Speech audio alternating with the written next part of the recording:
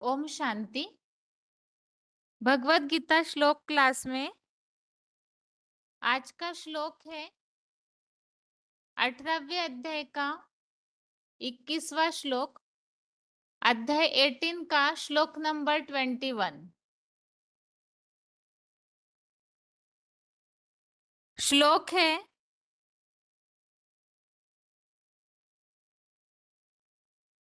पृथक्वेन तु यद् ज्ञानम नाना भावान पृथक विधान वेत्ति सर्वेषु भूतेषु तद ज्ञानम विद्धि राजसम। श्लोक दोबारा,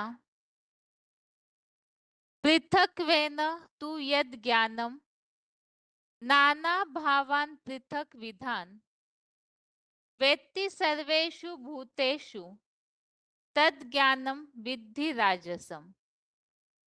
श्लोक का संधि विच्छेद है, पृथक्वेन तु यत् ज्ञानम नाना भावान पृथक विधान वेत्ति सर्वेषु भूतेषु तत् ज्ञानम विद्धि राजसम। श्लोक का संधि विच्छेद दोबारा, पृथक्वेन तु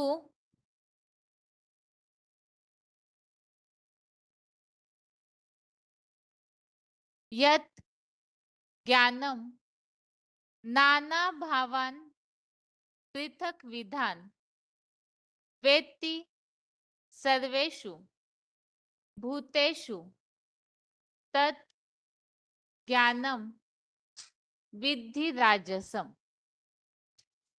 शब्दों के अर्थ है, तू अर्थात किंतु, यत अर्थात जो, ज्ञानम अर्थात ज्ञान, सर्वेषु अर्थात सब, भूतेषु अर्थात प्राणियों में,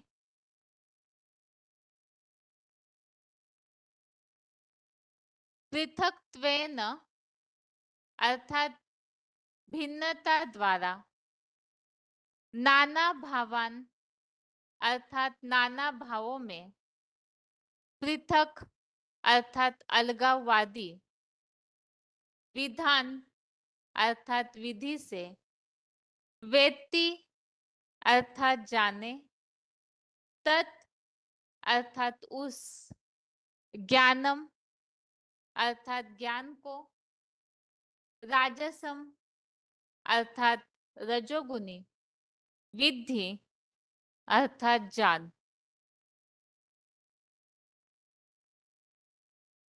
शब्दों के अर्थ दोबारा, तू अर्थात किंतु, यत अर्थात जो, ज्ञानम अर्थात ज्ञान, सर्वेषु अर्थात सब, भूतेषु अर्थात प्राणियों में, पृथक्त्वेन अर्थात भिन्नता द्वारा, नाना भावान अर्थात नाना भावों में, पृथक अर्थात अलगाववादी, विधान अर्थात विधि से, वेत्ति अर्थात जाने, तत् अर्थात उस, ज्ञानम अर्थात ज्ञान को, राजसम अर्थात रजोगुनी, विद्धि अर्थात जान।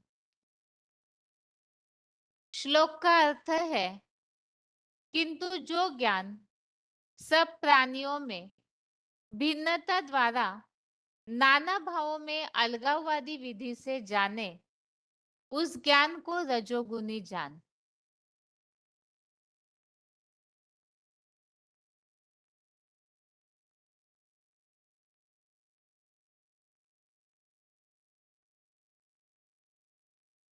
श्लोक में हम इस टॉपिक को समझ रहे थे कि कर्म करते समय जो अलग अलग प्रकार के 6 भाग बताए हैं, एक तो कर्म संबंधित ज्ञान, ज्ञानम ज्ञेयम परिज्ञाता त्रिविधा कर्म चोदना। कर्म करते समय ये जो 3 प्रकार की बातें हैं, जो कर्म के लिए प्रेरणा है, वो बताया है ज्ञान, ज्ञेयम अर्थात समझने योग्य वस्तु अर्थात क्या कर्म करना चाहिए उस प्रकार का ज्ञान, और अर्थात एक प्रकार से लक्ष्य, और परिज्ञाता अर्थात कर्म करने वाला, अर्थात उस बात को समझने वाला, कर्म की थ्योरी को समझने वाला अर्थात कर्ता। तो ये 3 प्रकार की बातें जो कर्मों के लिए प्रेरणा है, तो उसमें से हम समझ रहे हैं ज्ञान की बात। कर्म करने के लिए ज्ञान विशेष प्रकार से है, जो बताया गुणों में ज्ञान और स्वयं कर्म, इन सब बातों को जो गुणों के भेद से जानता है। तो कर्म, कर्म का ज्ञान और कर्म करने वाला कर्ता, ये तीनों के ऊपर भी सात्विक, राजसी और तामसी इन गुणों का प्रभाव रहता ही है। इसमें से हम समझ रहे हैं कर्म करते समय का जो ज्ञान है, उस ज्ञान पर किस तरह से ये 3 गुणों का प्रभाव है। सात्विक ज्ञान के लिए हमने समझा सबको आत्मिक दृष्टि से देखना, अर्थात सभी प्राणियों में एक भगवान की याद की ऊर्जा सभी आत्माओं में समाई हुई है। इस आधार से सभी को आत्म स्टार रूप में देखना, और आत्मा आत्मा सभी भाई भाई है, जो मुरलियों में बात आती है। तो सभी को आत्मिक दृष्टि से देखना, देह विनाशी है उस रूप में न देखना, यह है सात्विक ज्ञान। तो कर्म करते समय एक दूसरे के प्रति आत्मिक भावना होगी, तो विकारी भावनाएं जो है वो पैदा ही नहीं होगी। अभी आज के श्लोक में बात आ रही है रजोगुनी ज्ञान की। राजसी ज्ञान कर्मों संबंधित किसे कहा जाएगा? तो इसके लिए बताया, जब आचार व्यवहार में आते हैं तो सभी के प्रति ये जो ज्ञान है सब प्राणियों में भिन्नता द्वारा नाना भावों में अलगाववादी विधि से जाने, अर्थात सभी को अलग अलग रीति से देखना। अलग अलग रीति से देखना अर्थात देह भान की दृष्टि से देखना। इसी बात को यहाँ क्लैरिफिकेशन वाले अर्थ में और स्पष्ट किया है। क्लैरिफिकेशन सहित अर्थ है, किंतु जो द्वैतवादी द्वापुर कलियुगी ज्ञान सब प्राणियों में भौतिक 23 तत्वों की दैहिक भिन्नता द्वारा नर निर्मित जाति, धर्म, भाषा आदि के नाना भावों में अलगाववादी पराई विधि से जाने, उस द्वैतवादी दैत्यों के हिंसक ज्ञान को रजोगुनी जान।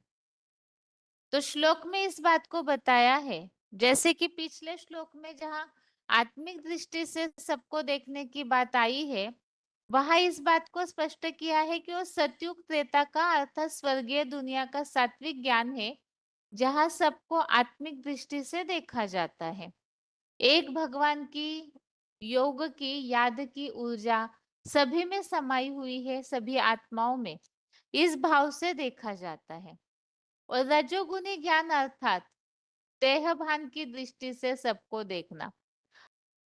रजोगुण अर्थात ही वास्तव में देह भान है, और रजोगुनी ज्ञान अर्थात देह भान की दृष्टि से ज्ञान अर्थात जानना, तो सबको इस तरह देखना।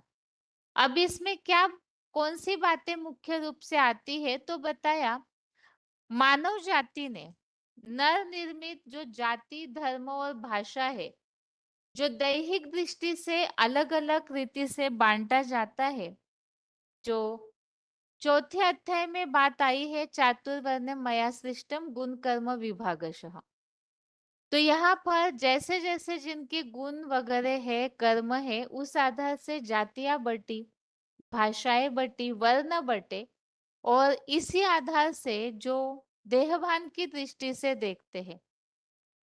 ऐसा द्वापर कलयुगी ज्ञान, क्योंकि द्वैतवादी द्वापर से देहभान आता है, और देहभान के कारण सब प्राणियों को दैहिक रूप से देखना कि सबकी देह अलग अलग है, तो उस रूप में भौतिक रूप से सबको देखना। इसमें काफी बातें आती है जिनका मुरलियों में उल्लेख है। एक तो रंग भेद, वर्ण भेद, जाति भेद, भाषा भेद, धर्म भेद। इतना ही नहीं, द्वापर कलयुग में जहाँ राज्यों में अलगाववाद, देशों में अलगाववाद, गांवों में अलगाववाद और ये जो भी भावनाएं निर्माण होती है देह भान के कारण, तो बताया नाना भावों में अलगाववादी पराई विधि से जाने उस द्वैतवादी दैत्यों के हिंसक ज्ञान को रजोगुनी जान। तो इस तरह से यहाँ इस बात को स्पष्ट किया है कि देहभान आता है द्वापर से और वहां ही राजसी रजोगुनी ज्ञान होने के कारण, देहभान का ज्ञान आने के कारण देहभान की दृष्टि से सबको अलग अलग रीति से देखते हैं और उसी के कारण हिंसावाद बढ़ता है। जो यहाँ बताया द्वैतवादी दैत्यों के हिंसक ज्ञान को रजोगुनी जान। जहाँ देहभान आता है, सबको अलग अलग दृष्टि से देखा जाता है, तो वहां पर फिर हिंसा भी शुरू होती है। यही बात इस श्लोक में बताई है। सात्विक ज्ञान में सबको आत्मिक रूप से देखेंगे, रजोगुनी ज्ञान में सबको देहभान की दृष्टि से, अलगाववाद की दृष्टि से देखेंगे। इसी बात के लिए यहाँ मुरली के पॉइंट्स लिए हैं। एक तो ये वार्तालाप का नंबर है 1070, डिस्कशन नंबर 1070। इसमें बताया है यह 2500 वर्ष की ही द्वैतवादी दुनिया है। दो दो बातें हो जाती हैं, दो दो धर्म हो जाते हैं, दो दो राज्य हो जाते हैं, दो दो कुल हो जाते हैं, दो दो भाषाएं हो जाती है, 2 से 4, 4 से 8, भेद बढ़ता चला गया, तो दुख बढ़ेगा कि घटेगा? बढ़ता चला गया। तो द्वापर युग से जिस तरह से ये अलग अलग बातों में सारी दुनिया बंटने लगती है, जाति, धर्म, भाषा, राज्य, कुल भेद, इन सब में ही बंटवारा होने लगा, तो दुख बढ़ने लगता है। VCD नंबर 2312, VCD नंबर 2312, इस्लाम धर्म, बौद्ध धर्म, क्रिश्चियन धर्म, जो भी द्वापर से आने वाले यह द्वैतवादी धर्म है, यहाँ दो दो धर्म, दो दो भाषाएं, दो दो कुल, दो दो मते, दो दो राज्य होते हैं, उसको द्वैतवादी धर्म कहा जाता है। और द्वैतवादी क्यों कहे जाते हैं? दैत्य। द्वापर युग से किसकी सृष्टि? दैत्यों की सृष्टि। तो राक्षसी कर्म शुरू होता है राक्षसी इंद्रियों के द्वारा। तो यहाँ जैसे ही अलगाववाद शुरू हो जाता है, देहभान की दृष्टि बढ़ने लगती है एक दूसरे के प्रति, तो उसके कारण यहाँ बताया द्वैतवादी दैत्यों की हिंसक ज्ञान को रजोगुनी जान, अर्थात यहाँ राक्षसी कर्म अर्थात ही हिंसा का कर्म शुरू होता है, क्योंकि देहभान आता है, विकार आते हैं, विकारों के कारण हिंसा की दुनिया शुरू हो जाती है। अभी आगे है श्लोक का उच्चारण।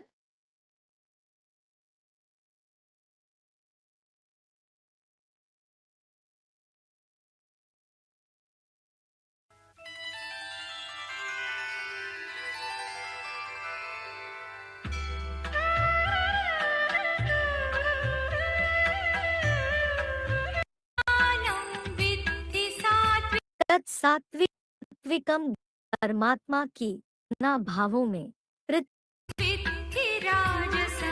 देखता है, उसे साक्षात ईश्वरीय सात्विक ज्ञान का अविनाशी सार ही जान। अध्याय 18 का 21वां श्लोक।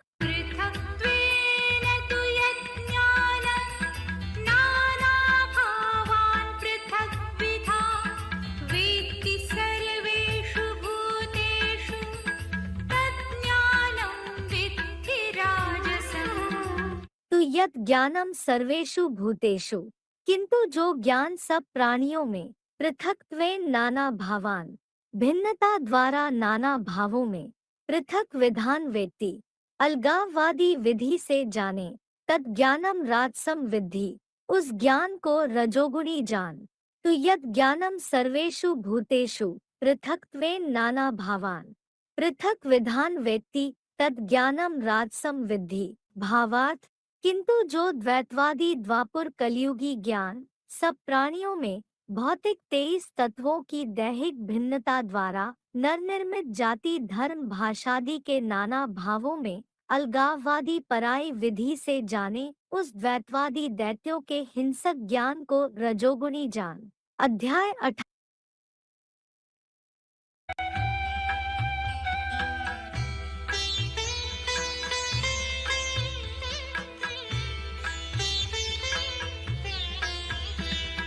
अध्याय 18 का पहला श्लोक। अर्जुन, जिस द्वारा अलग अलग विकम ज्ञानम परमात्मा की जान। अध्याय 18 का 21वां श्लोक। पृथक्त्वेन तु यज्ञानं नानाभावान् पृथग्विधा वेत्ति सर्वेषु भूतेषु तज्ज्ञानं विद्धि राजसम्। तो यत् ज्ञानम सर्वेषु भूतेषु, किंतु जो ज्ञान सब प्राणियों में पृथक्त्वेन नाना भावान भिन्नता द्वारा नाना भावों में पृथक विधान वेत्ति अलगाववादी विधि से जाने, तद ज्ञानम राजसम विद्धि, उस ज्ञान को रजोगुणी जान। तो यत् ज्ञानम सर्वेषु भूतेषु पृथक्त्वेन नाना भावान पृथक विधान वेत्ति तद ज्ञानम राजसम विद्धि। भावार्थ, किंतु जो द्वैतवादी द्वापुर कलयुगी ज्ञान सब प्राणियों में भौतिक 23 तत्वों की दैहिक भिन्नता द्वारा नरनिर्मित जाति धर्म भाषादि के नाना भावों में अलगाववादी पराई विधि से जाने, उस द्वैतवादी दैत्यों के हिंसक ज्ञान को रजोगुणी जान। अध्याय श्लोक में बात आई है जाति धर्म भाषा नाना भावों से अलगाववादी रजोगुनी ज्ञान। तो इसमें सभी को अलग अलग रीति से देखा जाता है। ये द्वापर युग से ही शुरू होता है। वार्तालाप नंबर 1069, डिस्कशन नंबर 1069।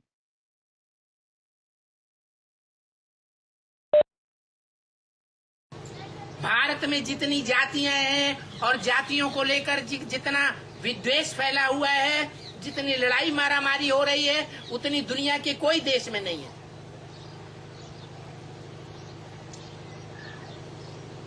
भारत में जितनी राजनीतिक पार्टियां हैं, इतनी राजनीतिक पार्टियां दुनिया के कोई देश में नहीं है। और सभी राजनीतिक पार्टियां मारामारी कर रही है। दिल्ली के संसद भवन में वहां कुर्सियां उठा उठा के फेंकी जाती हैं एक दूसरे के ऊपर, जूते फेंके जाते हैं। ये हालात हुए पड़े हैं। राजाओं के जो हमारे ऊपर आज राजा बन के बैठे हैं, यथा राजा तथा प्रजा बन जाती है। सब भारत में जितनी भाषाएं फैली हुई हैं और भाषाओं के आधार पर जितना झगड़ा फैला हुआ है भारत में, इतना झगड़ा कोई देश में नहीं है। छोटा सा भारत देश और ढेर की ढेर भाषाएं।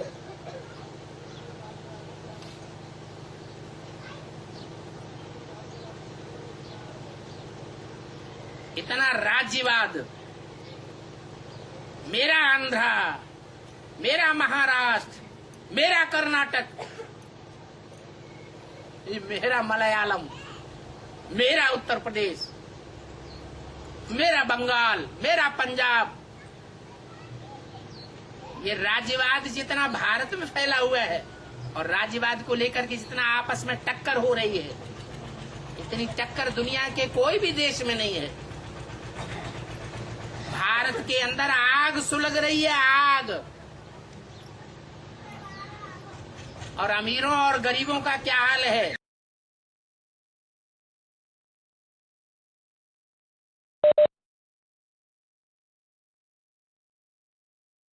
अगला पॉइंट है इसी टॉपिक पर, VCD नंबर 2185, VCD नंबर 2185 1 घंटा 5 मिनट के बाद से लिया हुआ पॉइंट। सारे भारत में घर घर में, गांव गांव में, शहर शहर में, सूबों सूबों में, स्टेट स्टेट में लड़ाई चल रही है कि नहीं?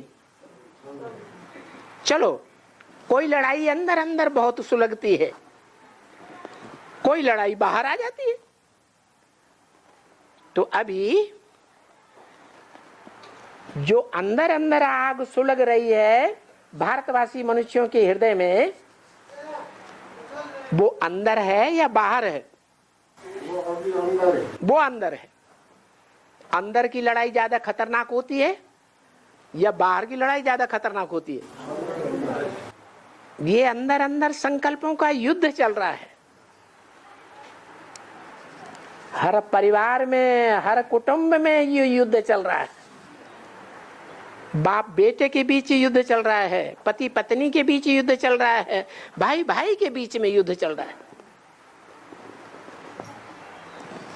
ये अंदरूनी युद्ध कभी विस्फोट का रूप ले सकता है कि नहीं ले सकता है? ले सकता है।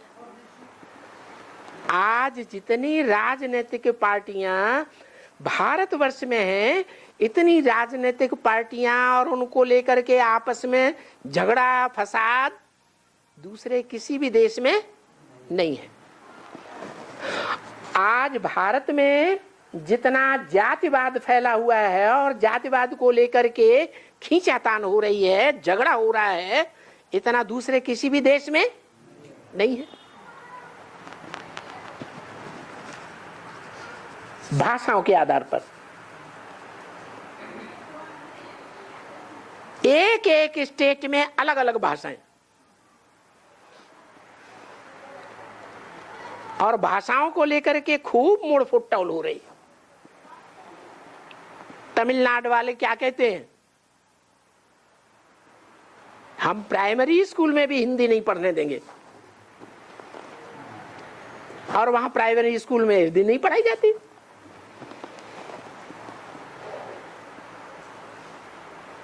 ऑल इंडिया में जो भी एरोप्लेन उड़ रहे हैं, जो भी एरोड्रोम बने हुए हैं, उनमें स्टेट की भाषा के अखबार मिलेंगे। हिंदी के अखबार जैसे हैं ही नहीं। तो हिंदुस्तान में रह करके हिंदुस्तान के लोगों को हिंदी से कितना बेमनसी पैदा हो गया, और ये हिंदी भगवान की भाषा बनती है।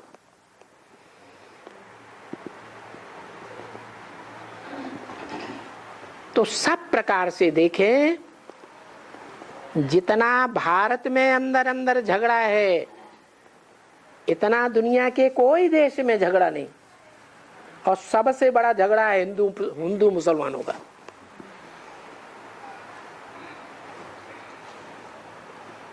ये हिंदुस्तान पाकिस्तान की जब झगड़ा होगा, लड़ाई होगी, ये यवन और हिंदू आपस में लड़ेंगे, तो बड़ा भारी महाभारत युद्ध होने वाला है।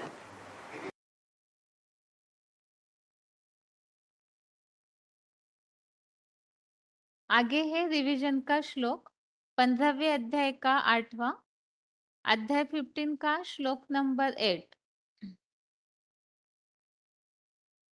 इसके पीछे के श्लोक में हम बात समझ रहे थे कि जब नई सृष्टि तैयार होनी होती है तो उस समय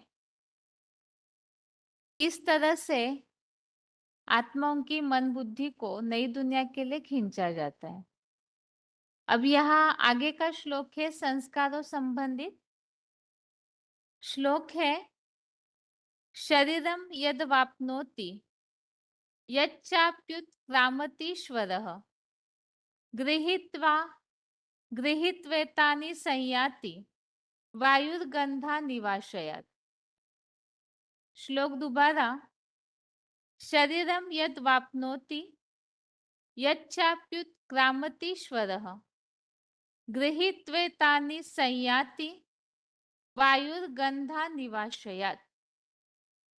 श्लोक का अर्थ है, जब पुरुषोत्तम संगम में परम ब्रह्मा के बुद्धि रूपी पेट में एकत्र अखंड योग ऊर्जा का अंश आत्मा, ईश्वर या प्राणवायु ऊपर निकलता है और जब दूसरी देह के निर्जीव गर्भ को भी धारण करता है, तब जैसे अदर्शनीय वायु फूलों से सुगंधियों को दूर ले जाती है, वैसे ही प्राणवायु इन भिन्न योनिगत प्राणियों की अपरा प्रकृतिगत दैहिक 23 तत्वों को लेकर जाता है। पहले तो श्लोक में जो सिंपल अर्थ है उसको देखते हैं। आत्मा, ईश्वर जब ऊपर निकलता है और जब दूसरी देह को भी धारण करता है, तब जैसे वायु फूलों से सुगंधियों को दूर ले जाती है, तो वैसे ही ये भी यहाँ पर लेकर जाता है। तो इस श्लोक में इस बात को ये स्पष्ट किया हुआ है कि आत्मा जो है, जब दूसरी देह को धारण करने वाली है, दूसरे गर्भ में प्रवेश करती है, तो उस समय जैसे वायु फूलों से सुगंधि को ले जाती है, तो यहाँ आत्मा की तुलना भी वायु से की गई है। वो भी अपने साथ अपने संस्कारों को लेकर जाती है।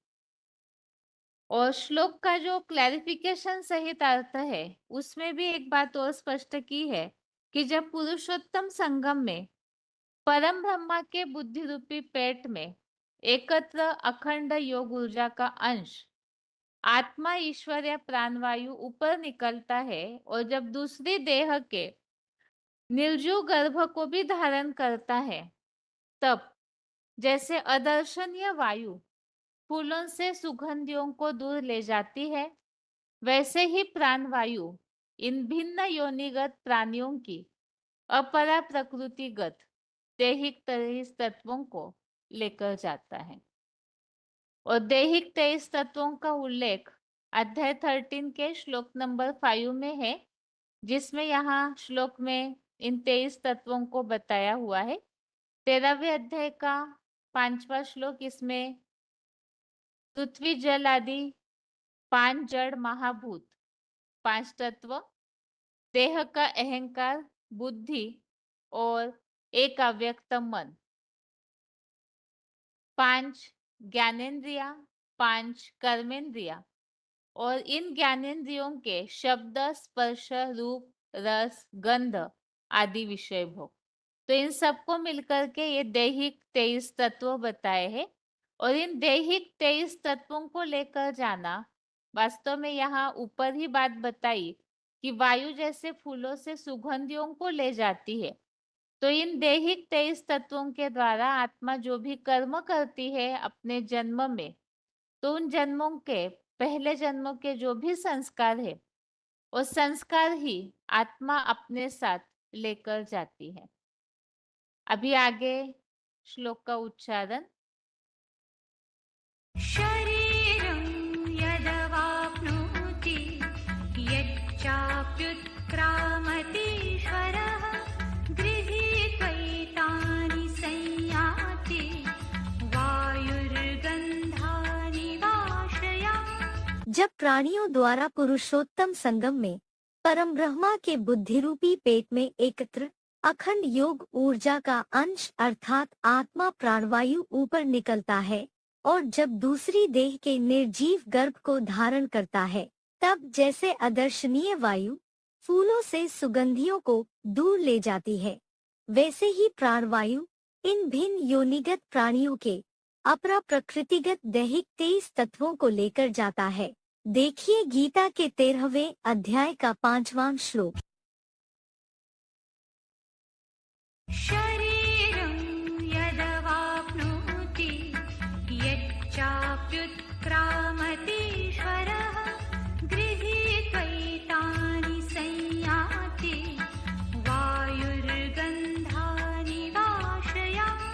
जब प्राणियों द्वारा पुरुषोत्तम संगम में परम ब्रह्मा के बुद्धिरूपी पेट में एकत्र अखंड योग ऊर्जा का अंश अर्थात आत्मा प्राणवायु ऊपर निकलता है और जब दूसरी देह के निर्जीव गर्भ को धारण करता है, तब जैसे अदर्शनीय वायु फूलों से सुगंधियों को दूर ले जाती है, वैसे ही प्राणवायु इन भिन्न योनिगत प्राणियों के अपरा प्रकृतिगत दैहिक 23 तत्वों को लेकर जाता है। देखिए गीता के 13वें अध्याय का 5वां श्लोक।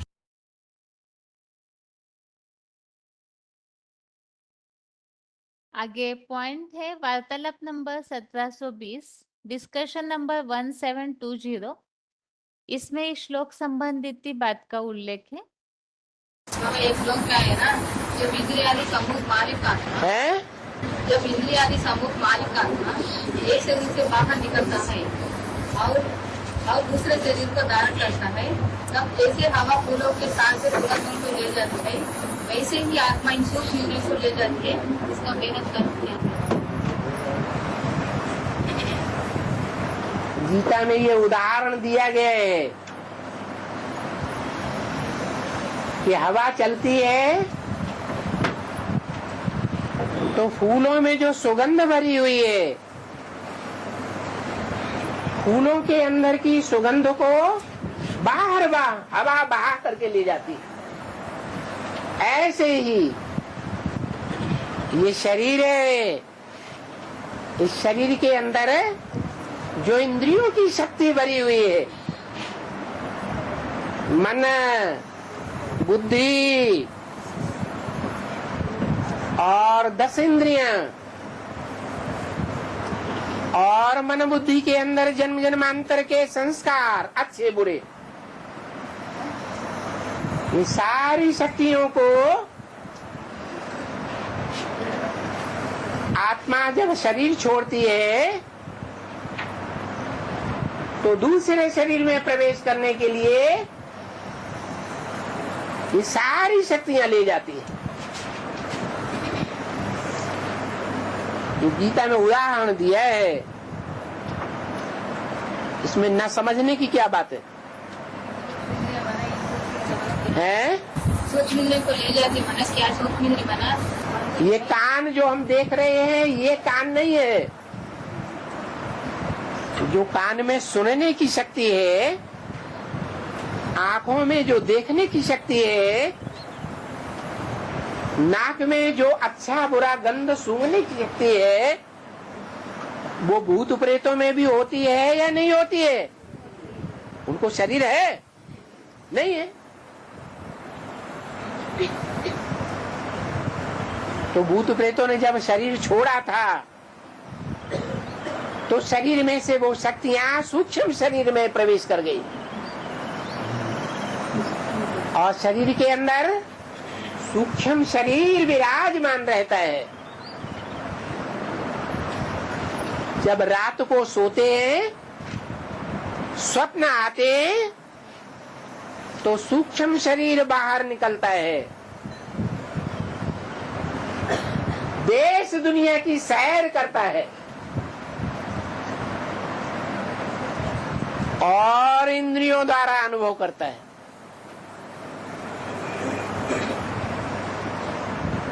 वो सूक्ष्म शरीर है। जब आदमी शरीर छोड़ देता है, आत्मा शरीर छोड़ती है, तो स्वप्न नहीं आता। क्यों नहीं आता है? क्योंकि वो सूक्ष्म शरीर सूक्ष्म इंद्रियों को लेकर के चला गया।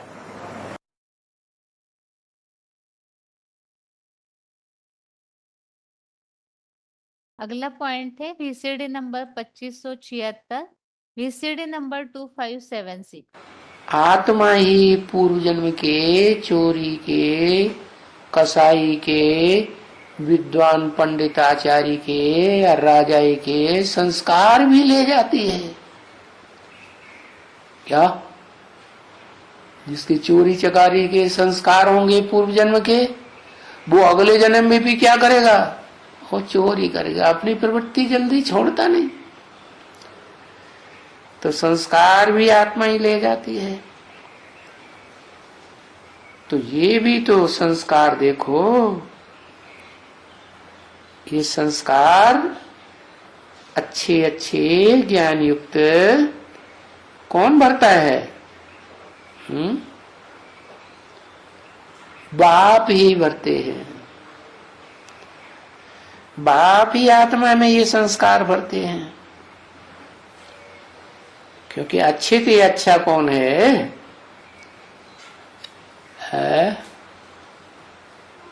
अच्छे से अच्छा, अच्छे से अच्छा आत्मिक रूप में तो शिव बाप है। फिर वो शरीर तो धारण ही नहीं करता, हिसाब किताब कर्मों का बनता नहीं, तो संस्कार सिवाय सच्चाई बताने के और कोई संस्कार उसमें होता ही नहीं। अंश मात्र भी झूठ नहीं बता सकता, सच्चाई ही बताएगा। लेकिन जो पार्टधारी हैं इस संसार में, वो तो सदा सच्चे ही रहते हैं। या जैसा संसार, जैसे व्यक्ति, जैसा स्थान, जैसा माहौल, वैसा पार्ट भी बजाना पड़ता है, बजाना पड़ता है। तो ये संस्कार देखो बाप आत्मा में भरते हैं। तो अच्छे संस्कार कौन सा बाप भरता है? और ये बुरे संस्कार कहां से आते हैं? बुरे संस्कार आते हैं धर्म पिताओं से, और अच्छे संस्कार आते हैं जिस एक मनुष्य सृष्टि के बाप ने सुप्रीम सोल से ज्ञान के संस्कार भरे हैं, उसके द्वारा अच्छे संस्कार आत्मा में, दैवीय संस्कार आते हैं।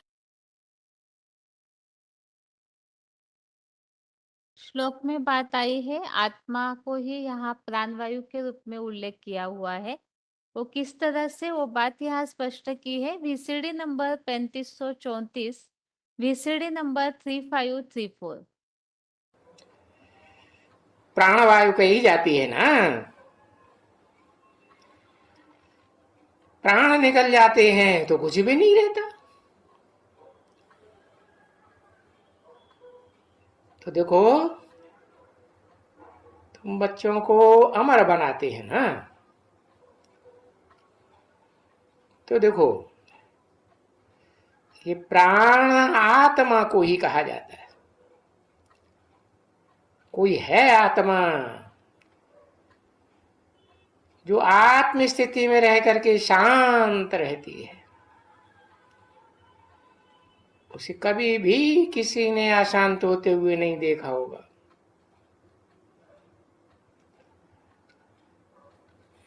आत्मा जब निकल जाती है तो कहते हैं इसके प्राण निकल गए, माना प्राणवायु निकल गई ना,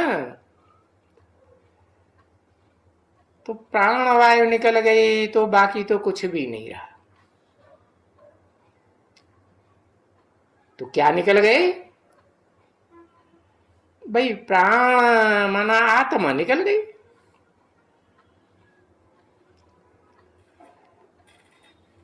तो पीछे शरीर को तो रखने की भी दरकार नहीं है।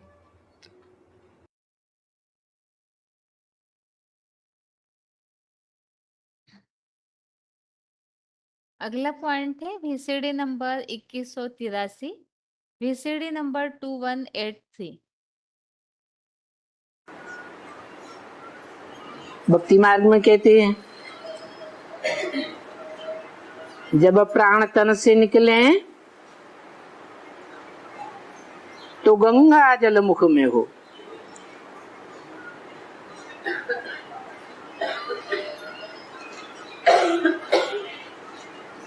प्राण क्या होता है?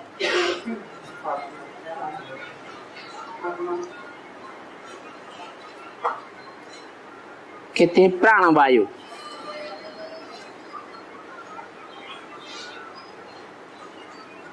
जीवन डालने वाली वायु।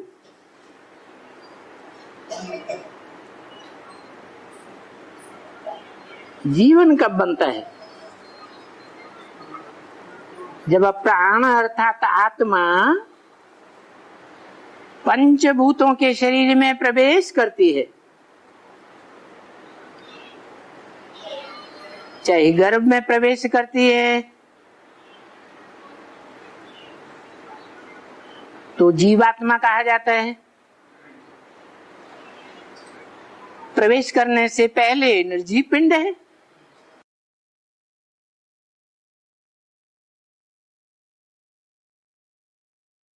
अगला पॉइंट है VCD number 2523, VCD number 2523, 54 minutes के बाद से लिया हुआ पॉइंट है।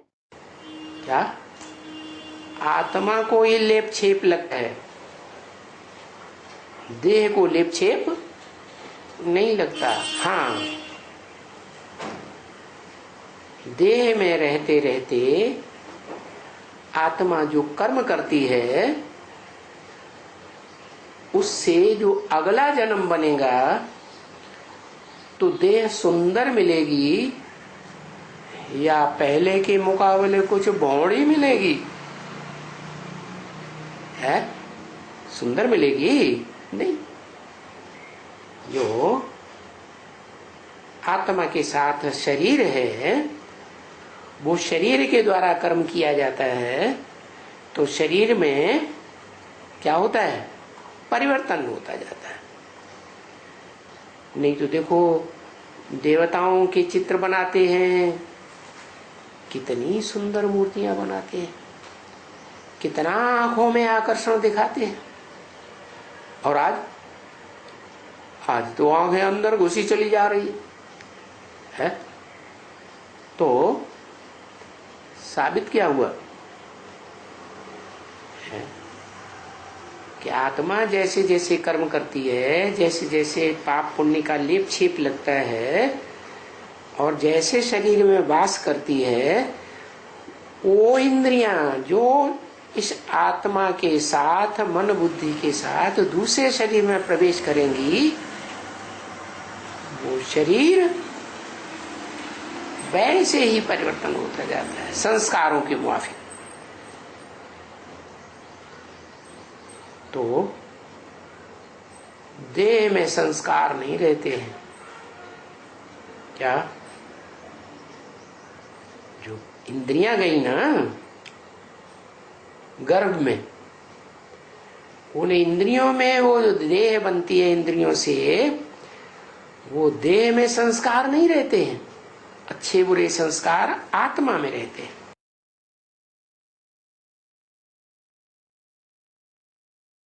अगला पॉइंट है वीसीडी नंबर 185, 19 मिनट्स के बाद से लिया हुआ पॉइंट। आत्मा एक शरीर छोड़ दूसरा लेती है, आत्मा ही बैरिस्टर आदि बनती है, इसको आत्मा अभिमान कहा जाता है। मनुष्य फिर देह अभिमानी बैठ बन जाते हैं। तो बाप बैठ समझाते हैं कि लेप छेप आत्मा पर लगता है, इस शरीर के ऊपर लेप छेप नहीं लगता है। जो भी आत्मा शरीर छोड़ती है तो ऐसे नहीं कि शरीर में लेप छेप लग जाता है, नहीं। शरीर छोड़ने के बाद आत्मा जहीं कहीं भी जाती है दूसरा चोला धारण करने के लिए, वो अपना लेप छेप सूक्ष्म शरीर के साथ ले जाती है। अच्छे व बुरे संस्कार सब आत्मा में रहते हैं।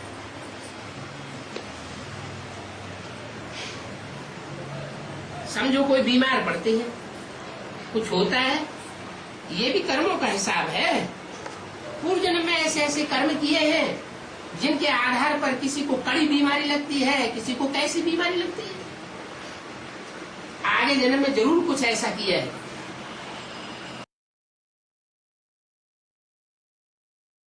अगला पॉइंट है वीसीडी नंबर 2554, वीसीडी नंबर 2554।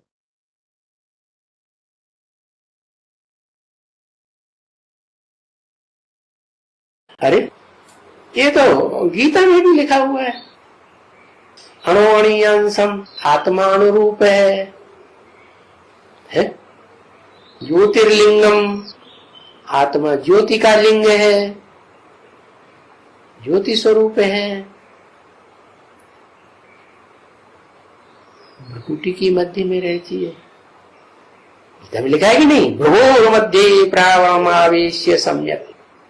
भ्रुकुटी के बीच में प्राण रूप आत्मा जो है उसको भली प्रकार सम्यक रीति से स्मरण करना चाहिए अंत समय में। तो अंत समय भी दो तरह का होता है। एक तो हर आदमी की मौत आती ही रहती है हर जन्म में, वो भी अंत समझते हैं, लेकिन वास्तव में वो अंत नहीं है। क्योंकि जो व्यक्ति शरीर छोड़ता है, जो भी प्राणी, वो अपनी 5 इंद्रियों को साथ लेकर जाता है, सूक्ष्म इंद्रियों क्या, जिनसे वो स्थूल शरीर बना है ना, वो सूक्ष्म शरीर साथ ही रहता है। गर्भ में बच्चा जाता है ना, तो वहां अनुभव कुछ नहीं करता, सुख दुख का अनुभव करता है। छोटा बच्चा जब पैदा होता है तो भी कभी हंसता है, कभी रोता है। ऐसे थोड़े कि कोई उसको रुलाता है, हंसाता है, नहीं। वो अपनी पूर्व जन्म की स्मृतियों में हंसता है, रोता है, अपने सूक्ष्म शरीर से सुख दुख भोगता है। तो शरीर जो है हर आत्मा का साथ ही रहता है हर जन्म में। शरीर माने 5 तत्व, पृथ्वी जल वायु अग्नि आकाश, जिनसे ये शरीर बनता है। हाँ,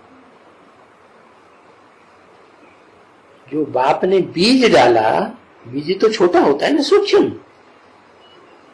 वो बीज में ही सारा सार है क्या? लेकिन 5 तत्वों का सार है, और उस 5 तत्वों में जो भावना है वो व्यक्ति जहां जिंदा हुआ पड़ा है वहां से आती। संस्कार, जन्म जन्मांतर के संस्कार, संकल्प शक्ति और निर्णय शक्ति और परख शक्ति, इसे कहते हैं बुद्धि। मन, संकल्प शक्ति और बुद्धि। तो ये 5 चीजें हो गई क्या? 5 एलिमेंट्स, पृथ्वी जल वायु अग्नि आकाश। और मन, बुद्धि, कितने हुए? 7। ये बहुत मुख्य। और फिर जिससे शरीर बनता है वो शरीर के साथ इंद्रियां भी तैयार होती है। गर्भ में इंद्रियां तैयार होती है कि नहीं? लेकिन वो इंद्रियों का जो संरचना है वो आत्मा के संस्कारों के आधार पर होता है। पूर्व जन्म के जैसे जैसे संस्कार हैं अच्छे बुरे, उसके आधार पर कोई अंधा ही पैदा होता है। तो पूर्व जन्म में आंखों से बहुत ज्यादा लोगों को दुख दिया हुआ, क्या आंख लड़ाई होगी और फिर भाग गया, दूसरे से आंख लड़ाई वहां से भी भाग गया, तीसरे से आंख लड़ाई वहां से भी भाग गया। तो जिसकी दिल लग जाती है उसको तो दुख होगा ना। ओ फिल्म मारो ने गीत में पाला देखियो छे न अखियां लाना, पाड़ोसियों को एक दिन, अरे भाई तुम्हारे अंदर ये कहां से आ जाता है? अरे कराने वाला वो करा रहा है, फिल्म वालों से भी अच्छा काम करा लेता है। दुनिया समझती है तो लचकैया है। अरे भाई लचकैया है तो क्या हुआ, इनका भी तो ह्यूज ड्रामा में पार्ट लुदा हुआ है ना। तो जिसका जितना वो भी पार्ट है वो सब कल्याणकारी है, अकल्याणकारी है? अकल्याणकारी। तो बात चल रही थी संग की, रंग की, क्या चाहे आंखों का संग हो, चाहे और ज्ञान इंद्रियों का संग हो, चाहे कर्म इंद्रियों का संग हो, वो याद जरूर आता है। और संग हो करके और किसी का दिल लग जाए और फिर वो भाग जाए, क्या तो दुख बढ़ता रहेगा। अगर कोई सच्चा होगा, एक के प्रति प्यार करने वाली उसके अंदर आत्मा में रग होगी, तो बहुत दुखी हो जाएगा। अगला पॉइंट है VCD नंबर 1876, VCD नंबर 1876। यूं भी अज्ञान काल में आत्मा ही सब संस्कार लाती है। आत्मा पढ़ती है, आत्मा धंधा करती है इन आर्गन्स के द्वारा, क्योंकि आत्मा है अविनाशी। अविनाशी आत्मा संस्कार लेकर के आती है। अगला जन्म लेगी तो भी संस्कार लेकर के जाएगी। तो आत्मा चैतन्य है, ये जड़ है, शरीर नहीं है। शरीर में संस्कार नहीं रहते हैं, संस्कार आत्मा में रहते हैं। शरीर तो विनाशी है। आत्मा खुद कहती है कि मैं आत्मा एक शरीर छोड़ फिर दूसरा लेता हूँ, भिन्न नाम रूप, भिन्न देश काल।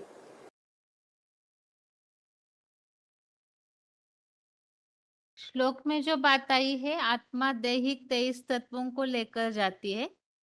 इस प्रसंग में हमने शुरुआत में ही पॉइंट समझा कि दैहिक 23 तत्व अर्थात जो भी अलग अलग इंद्रियां है, उन इंद्रियों के द्वारा जो कर्म किए जाते हैं, उन कर्मों के संस्कारों को वास्तव में आत्मा ले जाती है।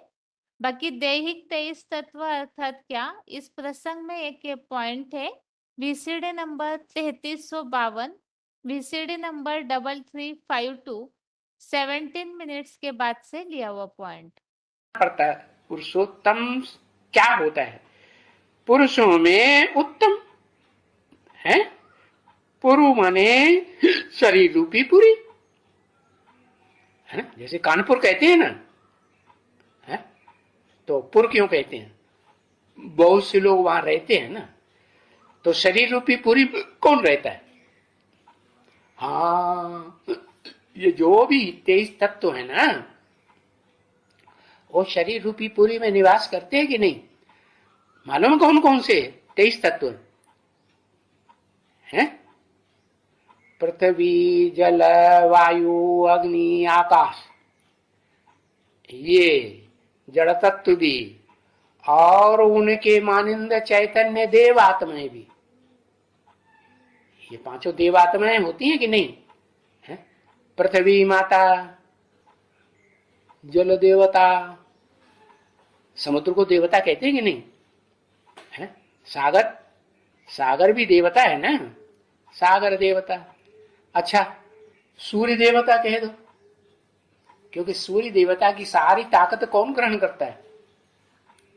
पृथ्वी ग्रहण करती है, पहाड़ ग्रहण करते हैं, नदियां ग्रहण करती हैं, कि सागर ग्रहण करता है?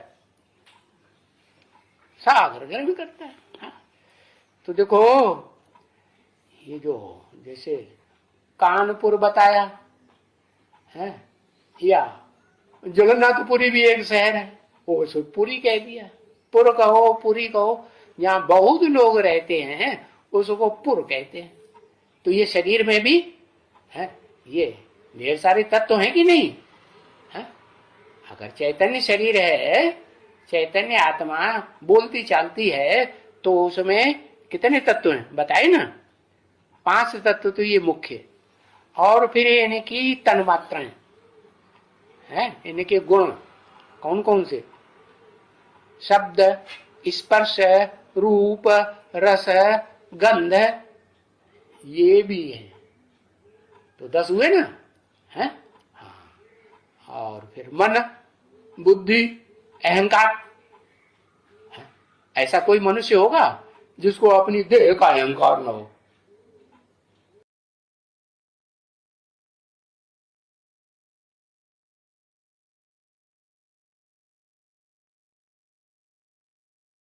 इस तरह से 15वें अध्याय के 8वें श्लोक संबंधित पॉइंट हमने समझे।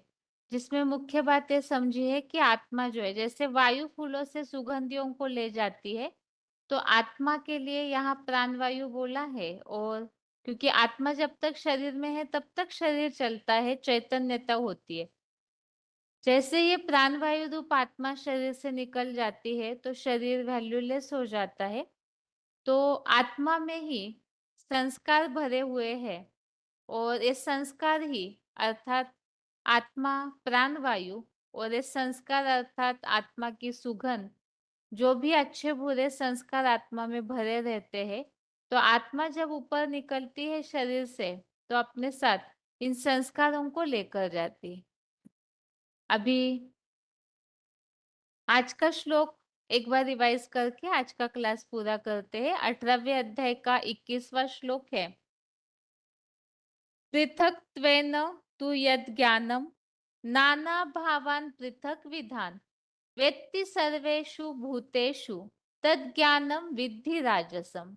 श्लोक दोबारा, पृथक्त्वेन तु यद् ज्ञानम नाना भावान पृथक विधान वेत्ति सर्वेषु भूतेषु तज्ज्ञानम विद्धि राजसम। अर्थात किंतु जो द्वैतवादी द्वापर कलयुगी ज्ञान सब प्राणियों में भौतिक 23 तत्वों की दैहिक भिन्नता द्वारा नर निर्मित जाति धर्म भाषा आदि के नाना भावों में अलगाववादी पराई विधि से जाने, उस द्वैतवादी दैत्यों के हिंसक ज्ञान को रजोगुनी ज्ञान जान। तो यहाँ पर हम समझ रहे हैं कर्मों संबंधित ज्ञान, और कर्मों में सबसे पहले ज्ञान में बताया ये भी 3 गुणों के साथ इसका प्रभाव होता है, सात्विक राजसी और तामसी। तो रजोगुनी ज्ञान अर्थात बताया देहभान की दृष्टि से सबको देखना, ये राजा है, ये रंग है, ये काला है, ये गोरा है, वर्ण भेद, जाति भेद, भाषा भेद, राज्य भेद, कुल भेद, ये जो द्वापर युग से अलग अलग प्रकार से भेद निर्माण होने लगते हैं दैहिक दृष्टि से, तो और उसी नजर से एक दूसरे को जाना जाता है, देखा जाता है, व्यवहार में आते हैं, तो उसे ही रजोगुनी ज्ञान बताया है। सात्विक ज्ञान में देह को भूल केवल आत्मा का ज्ञान रहता है, तो आत्मिक दृष्टि से ही आत्मा आत्मा भाई भाई की दृष्टि से ही एक दूसरे को देखते हैं, स्वयं भी ऐसी स्वस्थिति में टिकते हैं। रजोगुनी ज्ञान में देह भान की दृष्टि से देखते हैं और देह भान से ही जाति धर्म भाषाएं कुल अलग अलग राज्यों का बंटवारा होता है। तो इसी रीति से एक दूसरे को जानना और पहचानना ये रजोगुनी ज्ञान है। इसी के लिए हमने जैसे पॉइंट में भी समझा था कि द्वापर युग से 2-2 धर्म भाषाएं राज्य हो जाते हैं और इसी से 2 से 4 4 से 8 का भेद बढ़ता है, और जहाँ इस तरह से अलगाववाद हो जाता है तो उसी के कारण दुख बढ़ता है, और यही दैत्यों की सृष्टि भी कही गई है। इस तरह से आज के क्लास में हमने 15वें अध्याय के 8वें श्लोक में आत्मा अपने साथ संस्कारों को ले जाती है इस बात को समझा, और दूसरा 18वें अध्याय के 21वें श्लोक में रजोगुनी ज्ञान अर्थात देहभान की दृष्टि से एक दूसरे को देखना इस बात को स्पष्ट किया है। इसके साथ ही आज के लिए गीता क्लास यहाँ ही पूरा करते हैं। ओम शांति।